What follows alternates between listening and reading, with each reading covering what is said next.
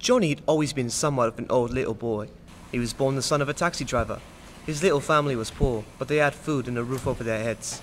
His mother worked double shifts at the local soup processing plant to help pay for expenses, and was hardly ever home at all. To amuse himself, Johnny found plenty of things to do around the house. He would, for example, take all the cans in the house and switch the labels for fun.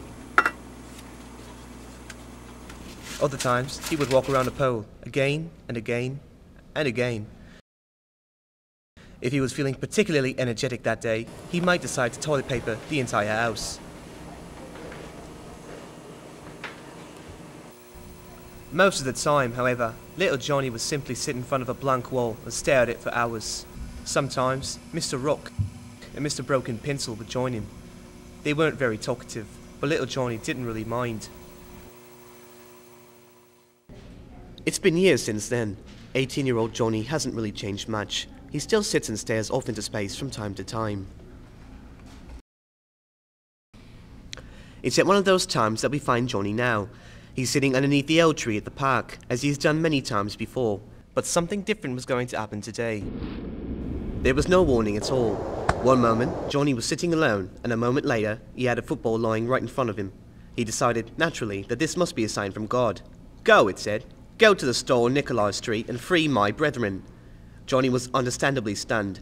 He decided to ask Mr. Rock and Mr. Broken Pencil for advice. Mr. Rock, being a rock, didn't have much to say about the situation. Mr. Broken Pencil, however, was much more vocal about the matter. Well, this certainly settled it. If Mr. Broken Pencil felt that he should go ahead and trust this egg-shaped messenger, then trust it he would. Carefully picking up the football, Johnny made his way out of the park. He could hear the voices of some people calling behind him, but he paid them no heed. After all, he had a higher purpose now. It didn't take long for Johnny to find the store the football was talking about. There was only one store on Nikolai Street after all. He could feel the pure evil radiating from it. The Holy Messenger had been strangely silent since they left the park, but Johnny dismissed this as simple anxiety as he entered the shop. In no time at all, Johnny found himself in front of a table of the brethren that the Holy Messenger had spoken of. He wasted no time in trying to free them. No sooner had he done this did a man appear. "Hey, you're gonna have to pay for it first." Johnny drew in a breath. There was no way he could pay for that. He had enough trouble paying for lunch every day as it was. "I knew it. You don't have enough money to pay for it, do you?" As a hulk of a man barreled down on him, Johnny did the only thing he could think of. He took a deep breath, closed his eyes, and kicked as hard as he could.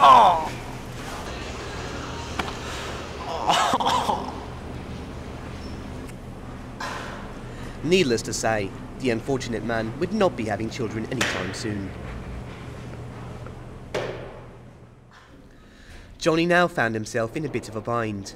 Poor as he was, he could not even afford to buy the freedom of one football, and he did not fancy facing down that giant of a man again.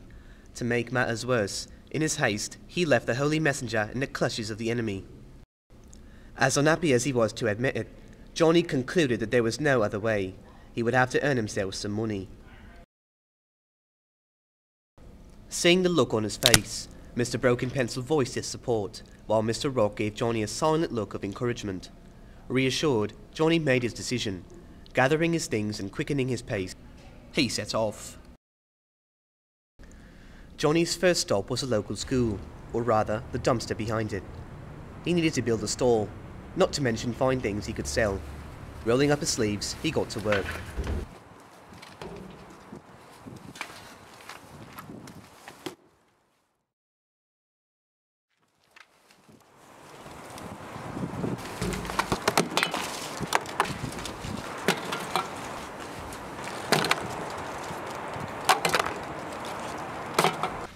Half an hour later, Johnny stopped to look at his handiwork.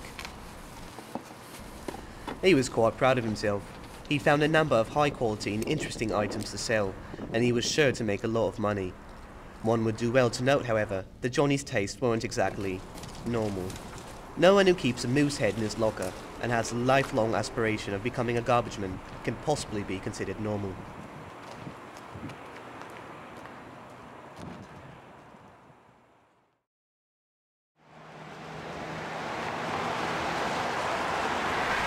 Johnny's plan was really quite simple. He'd search through what people left behind and sell what he could to people walking by. He'd make money in no time. He briefly wondered why he'd never thought of this before. With the money he earned, he could go beyond simply liberating the Holy Messenger's brethren. His family would never have to worry about money again. His mother would never make him drink soup, and his father wouldn't dare yell at him for toilet papering the house again. Before his thoughts could progress further, however, Johnny was shaken from his daydream by a passing pedestrian. He put on what he hoped was a welcoming, inviting smile. Being Johnny, however, the grin only served to make him look slightly homicidal. Johnny had no idea what had just happened. He'd been friendly, hadn't he? Perhaps people didn't like it when you smiled. That had to be it. He resolved to be less cheerful for the next customer.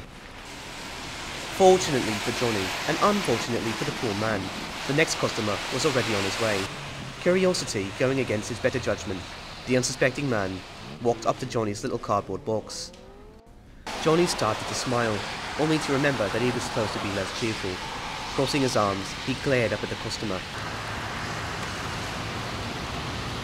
Okay, man. All right. I'm sorry. You know, it's your stuff. I had no right to touch it. I'm sorry. You should probably learn how to relax. I'm gonna go. Johnny had no idea why he hadn't worked this time. It never occurred to him that he could have simply answered the man's question. Johnny was a bit slow that way.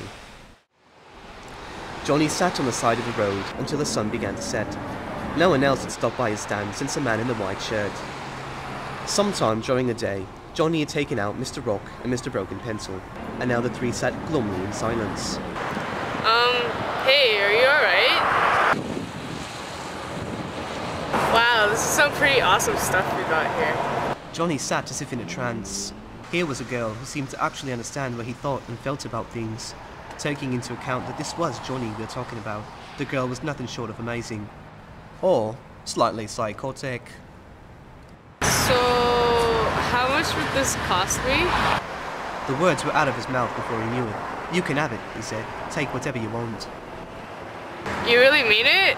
You won't mind if I take all this stuff? So, do you want to give me a hand, man?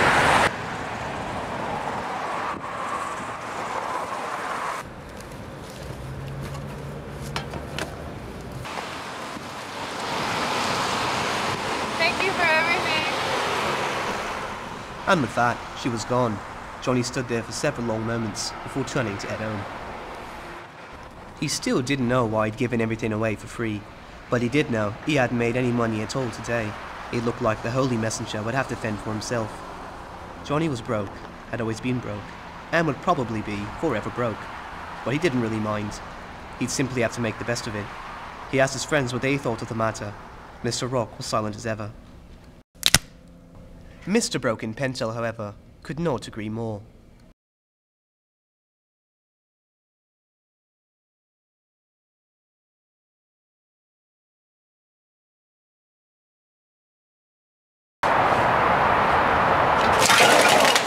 Whoa. Doesn't open that quick. Hi. Hey?